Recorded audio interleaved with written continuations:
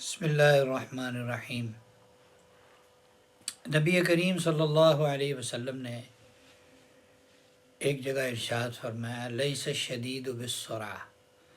انما الشدید الذی یملک نفسہ عند الغضب۔ پہلوان وہ نہیں ہے، تگڑا آدمی، صحت مند آدمی، طاقتور آدمی وہ نہیں ہے جو کسی کو گرا دے، پچھاڑ دے، کشتی میں اس کو ہرا دے، نیچے گرا دے۔ پہلوان یہ نہیں ہے، بلکہ فرمایا پہلوان وہ ہے کہ جو غصے کے وقت اپنے اوپر قابو پا لے، وہ پہلوان ہے اللہ اس کے رسول کی نظر میں۔ اس جملے کو، اس کے مفہوم کو ہم جتنا بھی پھیلا سکتے ہیں۔ سوشل میڈیا لے لیں، سوشل میڈیا پر دو لفظ کے کومنٹ کر کے ہمارا پتہ لگ جاتا ہے کہ ہماری اخلاقیات کیا ہے، اور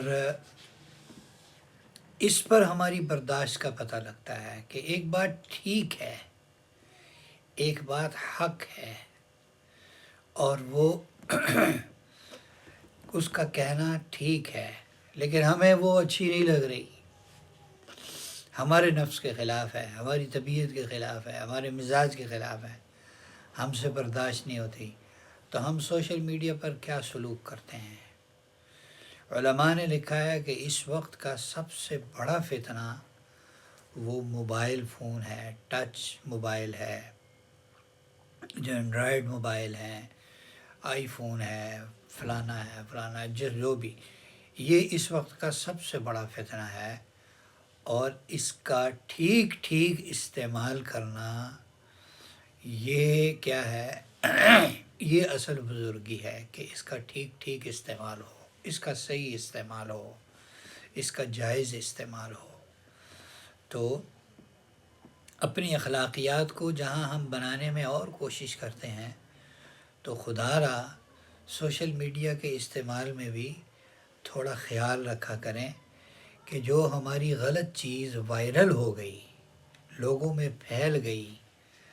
وہ ڈیلیٹ نہیں ہوگی، وہ قیامت تک اگر چلتی رہے گی، تو ہمارے مرنے کے بعد جس طرح ہماری وہ نیکیاں جو ہمارے لیے صدقہ جاریاں ہیں، ان کا ہمیں ثواب ملے گا، تو اس طرح کی جو چیزیں جو ہم نے سوشل میڈیا پر ڈالی ہوں گی، جو غلط ہے، خلاف شرع ہے، اللہ اس کے رسول کو ناپسند ہے، ہماری ان پر پکڑ بھی ہو سکتی ہے۔ اللہ تعالیٰ ہماری حفاظت فرمائے۔